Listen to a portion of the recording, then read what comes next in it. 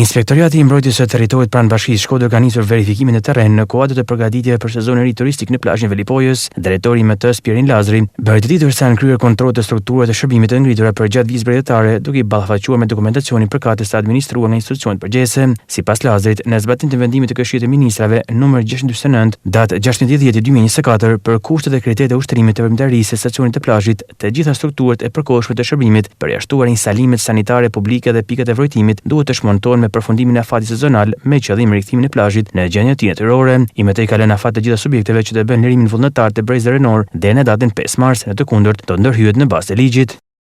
Në kuadër të përgatitjeve për sezonin turistik, Inspektorati i Mbrojtjes së Territorit në Bashkinë Shkodër ka kryer verifikimin në terren të strukturave të shërbimeve në plazhin e Velipojës, duke i ballafaqur me dokumentacionin e administruar nga institucionet përgjegjëse.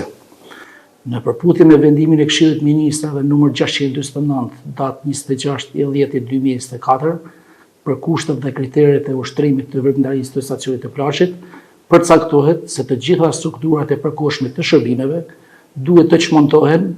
në përfundim të sezonit turistik, përveç instalimeve sanitare, publike dhe në bazë të kësaj VKM, strukturat që lejohen në brezën e shërbimeve të plazhit duhet jenë të çmontueshme,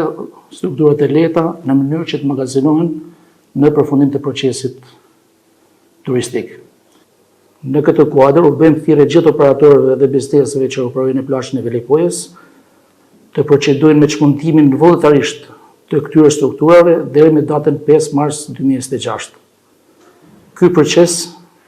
synon garantimin e një administrimi korrekt hapësirës publike bregdetare, respektimin e ligjshmërisë, si dhe përgatitjen në kohë për sezonin e ri turistik.